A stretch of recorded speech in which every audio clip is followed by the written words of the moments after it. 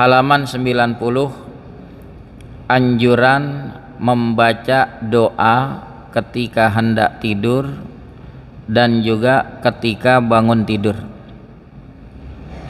Bismillahirrahmanirrahim. Alhamdulillahi rabbil alamin. Wa bihi nasta'inu ala umurid dunya waddin.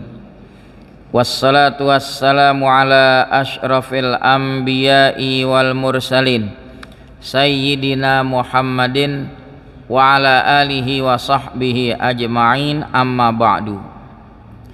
Fa inna asdaqal hadits kitabullahi ta'ala wa khairal hadyi hadyu Muhammadin sallallahu alaihi wasallam wa syarral umuri muhdatsatuha wa kulla muhdatsatin bid'ah wa kulla bid'atin dhalalah wa kulla dhalalatin finnar.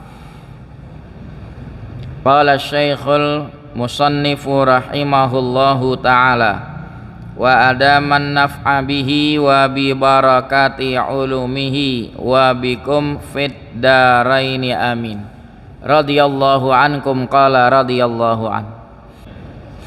At-targhibu fi ma yuqalu indan naumi.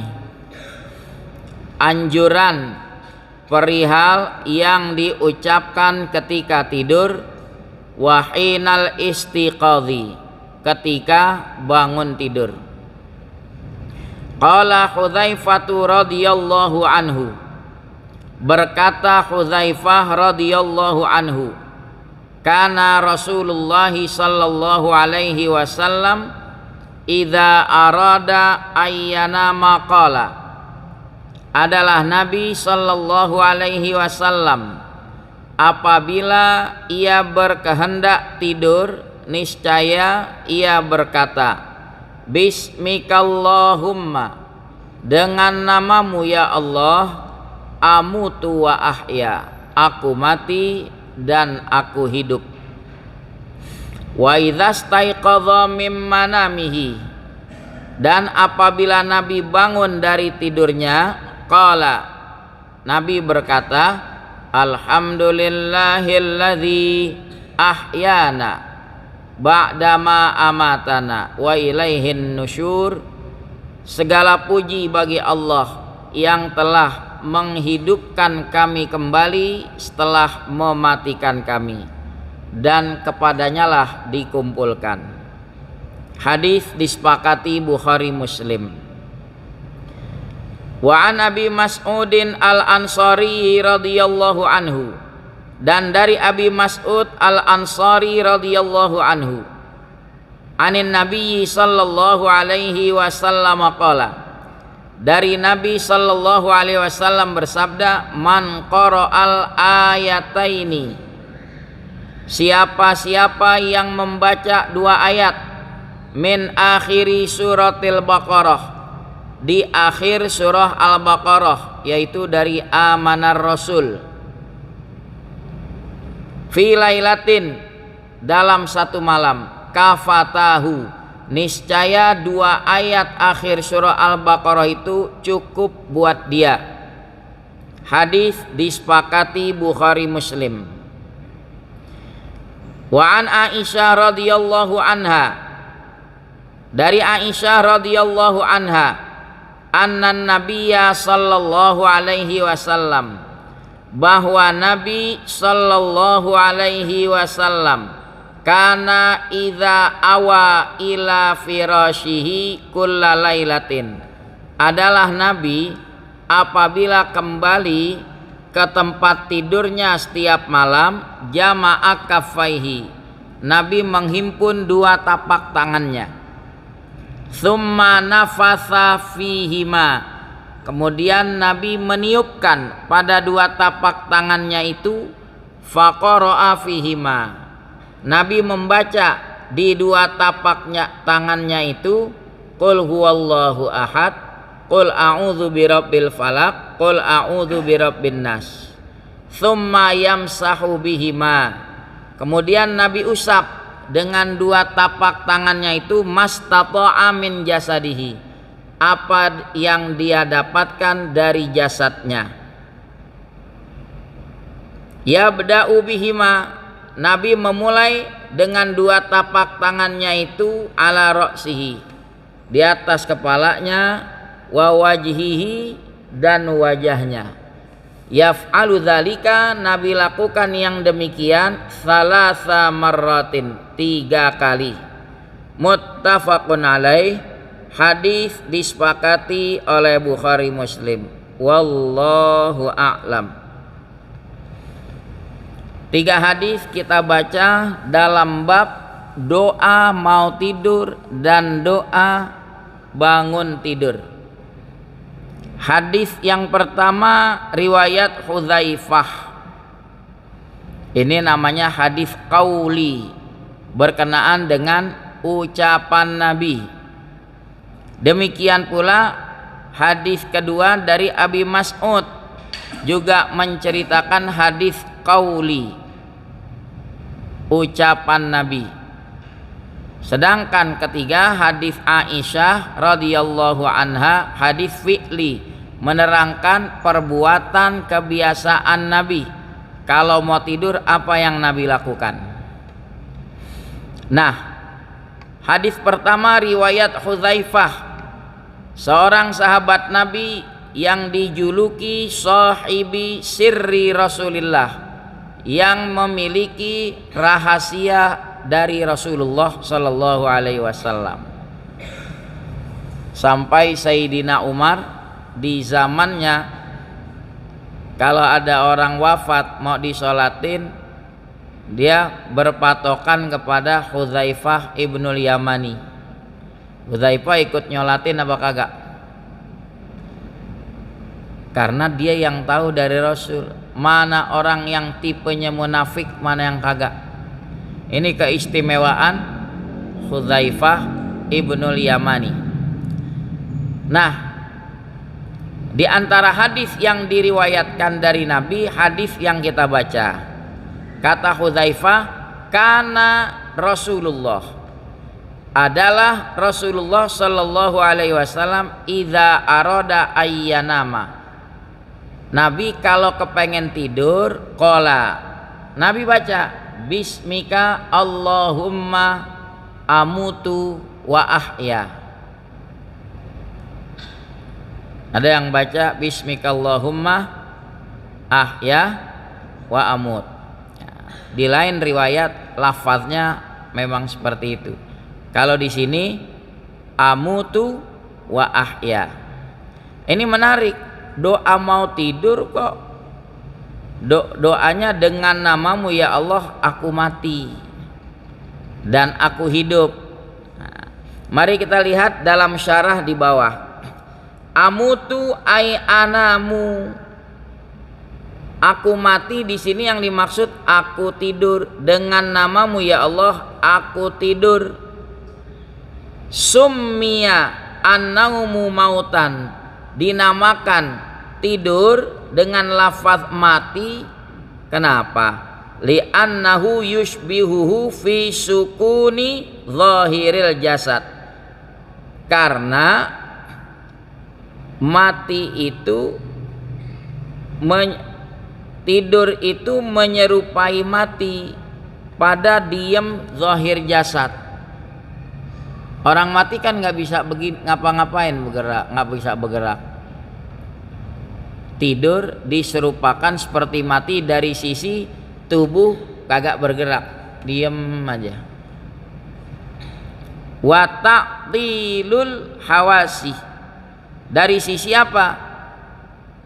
Non aktifnya panca indera. Orang kalau lagi tidur panca inderanya tidak bekerja, jadi diserupakan tidur seperti coba kalau udah mati panca inderanya udah nggak bekerja. Itulah kenapa diungkapkan bismika Allahumma amutu, padahal maksudnya dengan namamu ya Allah aku tidur. Lalu yang dimaksud aku hidup yaitu bangun tidur.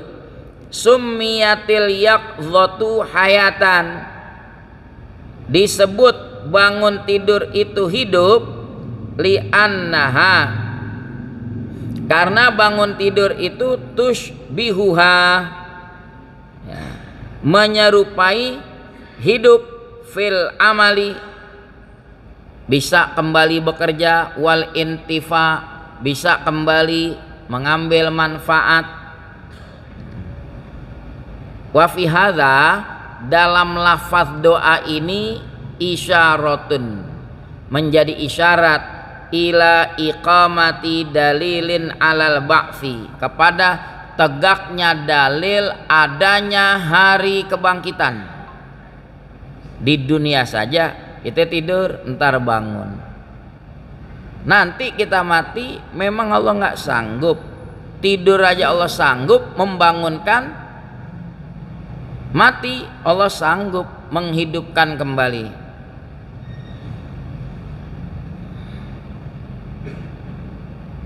Fahuwa yaqbidur ruha wa yarudduha mata syaa ila ajalim musamma. Dialah Allah yang merenggut ruh, mengembalikan ruh kapan dia kehendaki, hingga ajal tertentu. Walau sya'ala amsakaha, kalau Allah mau Allah tahan. Begitulah korelasi doa dengan namamu ya Allah, amutu wa ahya, yaitu aku tidur dan aku bangun. Wa idza staiqadha min manamihi, apabila Nabi bangun dari tidurnya, syukur kepada Allah. Qala, Nabi bilang, alhamdulillahilladzi ahyana, segala puji bagi Allah yang telah menghidupkan kami, ba'dama amatana, sesudah mematikan kami. Kenapa tuh? Li'annal yaqdhata ba'dan naumi nikmatun jalilah. Bangun sesudah tidur itu nikmat yang besar. Berapa banyak orang bangun tidur enggak pulih, hanya mampu menggerakkan kelopak mata, tangannya enggak bisa bergerak, kakinya enggak bisa bergerak. Ada yang seperti itu. Nah, kita bangun kembali sehat, bersyukur sama Allah.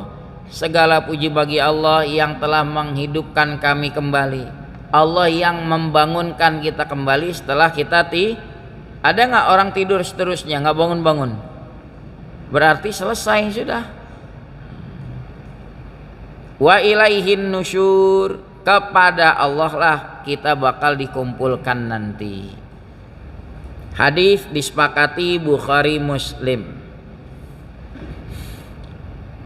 Lalu ada lagi amalan, kalau mau tidur Nabi itu bilang, siapa-siapa yang baca 2 ayat terakhir di surah Al-Baqarah, amanar rasulu bima unzila ilaihi mir rabbihi wal mu'minun kullun amana billah wa malaikatihi wa kutubihi wa rusulih la nufarriqu baina ahadim mir rasuli wa qalu sami'na wa ata'na ghufranaka rabbana wa ilaikal masir. La yukallifullahu nafsan illa wus'aha laha ma kasabat wa 'alaiha maktasabat rabbana la tu'akhidna in nasina aw akhtana rabbana wa la tahmil 'alaina isran kama hamaltahu 'alal ladzina min qablina rabbana wa la tuhammilna ma la taqata lana bih wa'fu anna waghfir lana warhamna anta maulana fansurna 'alal qaumil kafirin. Maka itu ada tuh dalam Ratibul Haddad dibaca. Nabi bilang, man qara'al ayataini min akhiri suratil baqarati fi lailatin, siapa-siapa yang baca 2 ayat di akhir surah Al-Baqarah, bacanya di malam hari, kafatahu, dari kalimat kafa, memadai, kafa, kafat, kafatah, domirnya huma, niscaya 2 ayat itu cukup buat dia yang baca. Cukup dari apa? Mari kita lihat penjelasannya. Ai kanata kafiyataini lahu an qiyamil lail. Adalah 2 ayat itu cukup buat dia dari bangun malam.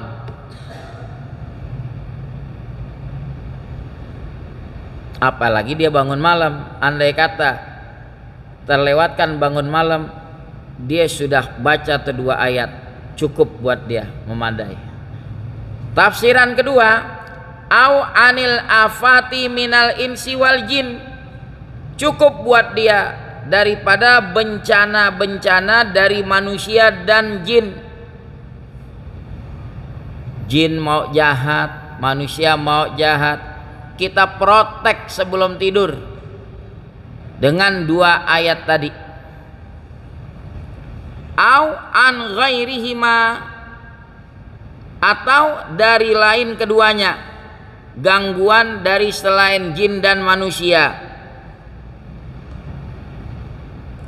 Yang keempat, au an tajdidil imani lima fihima min azimil i'tibar, atau cukup 2 ayat itu buat dia dari memperbaharui iman, karena di dalam 2 ayat itu begitu besarnya ibrah pelajaran, wa kamalidz dzikra, sempurnanya peringatan.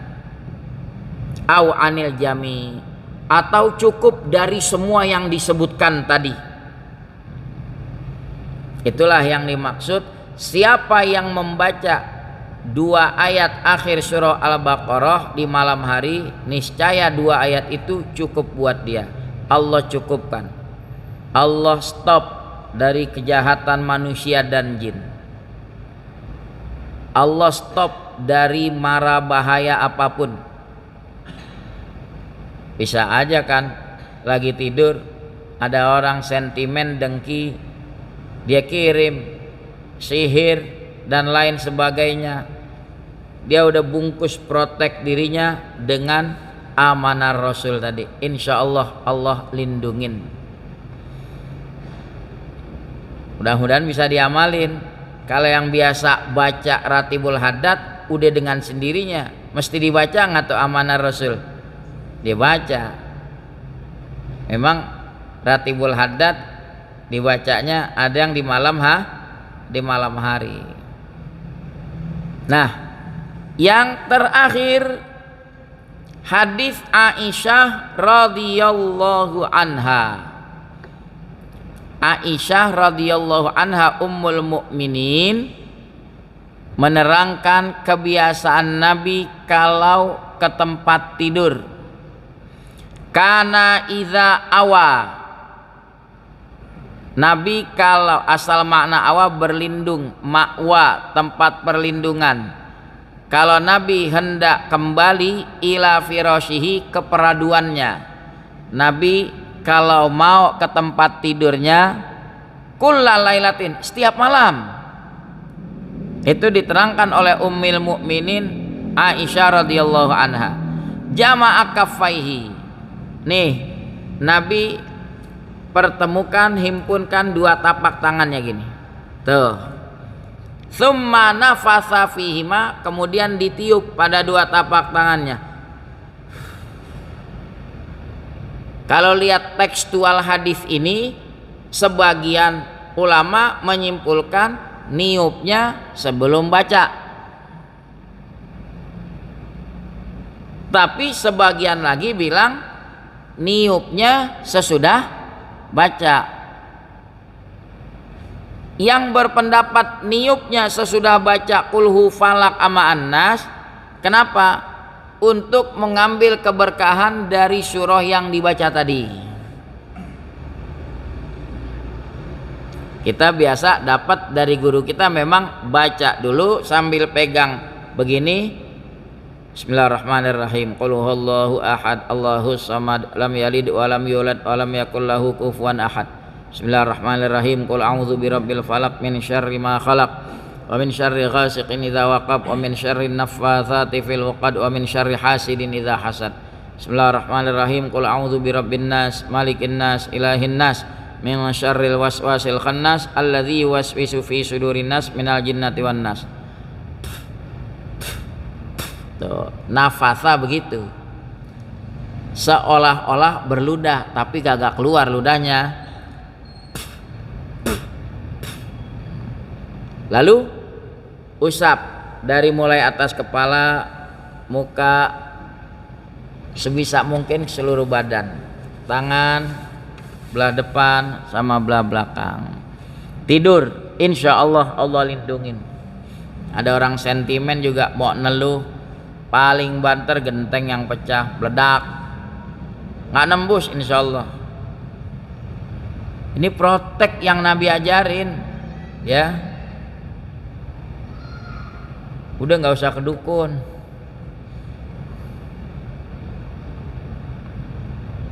Kalau ini memang Nabi ajarkan. Kita nggak tahu kejahatan manusia, kejahatan jin. Mau tidur kita baca seperti itu. Mudah-mudahan bisa diamalkan ya. Nah, timbul pertanyaan, kalau istri di rumah lagi haid gimana? Kan kalau lagi haid boleh nggak baca ayat Quran? Nggak boleh. Tapi kalau baca dalam hati boleh. Jadi bacanya di dalam hati aja. Kecuali kalau doa yang tidak terkait dengan ayat Quran, bismika Allahumma amutu wa ahya, silahkan. Tapi kalau kayak tadi amanar rasul, ayat Quran bukan? Ayat Quran. Kulhu falak anas, ayat Quran bukan? Ayat Quran.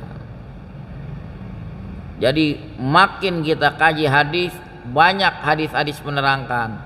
Ada yang anjurin baca ayat kursi. Walhasil kebun kita kalau pagernya makin rapat, jangankan hewan besar, kancil yang kecil mau nyelusup bisa nggak nembus. Kira-kira begitu perumpamaannya. Kalau zikir kita makin banyak, rapat, insya Allah orang mau coba-coba jahil neluh nggak nembus. Mudah-mudahan Allah lindungi kita dan keluarga kita. Nah, yaf'alu dzalika salasa marrat. Kata Siti Aisyah radhiyallahu anha, Nabi lakukan yang demikian 3 kali.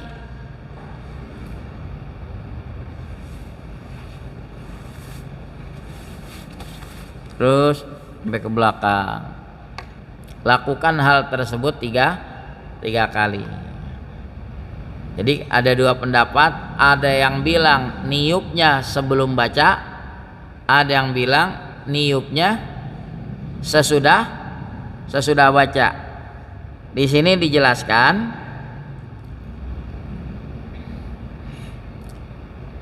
zahiruhu, zahir hadis ini annan nafsa qoblal qiraah, meniupnya sebelum baca, wabihi akhadzal ba'du. Dengan tekstual hadis ini mengambil sebagian ulama, tiup dulu baru baca. Qalu, mereka berargumentasi kenapa tiup dulu baru baca. Wadzalika limukhalafatis saharah al-batalah alladzina yanfusuna ba'dal qiraah, untuk menyelisihi penyihir-penyihir yang suka meniupkan sesudah membaca. Itu pendapat pertama, alasannya gitu. Kenapa niup dulu sesudah baca? Supaya berbeda. Karena kalau penyihir dia komat kamit dulu baru niup. Kan niup buhulnya tuh.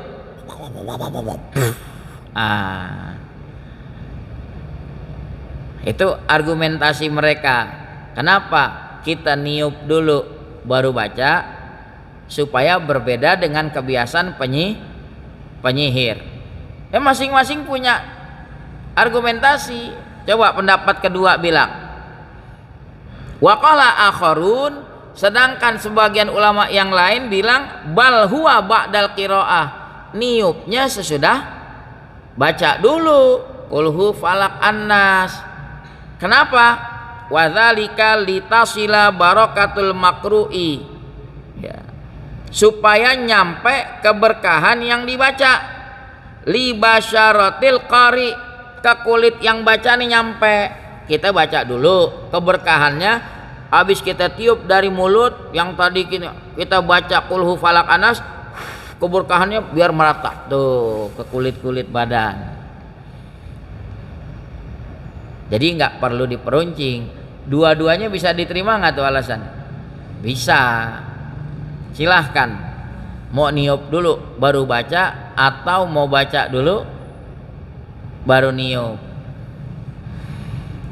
At-targhibu fil khusyu'i fis shalah. Nanti pertemuan berikutnya anjuran khusyuk di dalam sholat. Demikianlah 3 hadis yang berbicara tentang doa mau tidur maupun doa sesudah bangun tidur. Wallahu a'lamu bissawab wa ilmuhu atammu wa la ilma lana illa ma 'allam.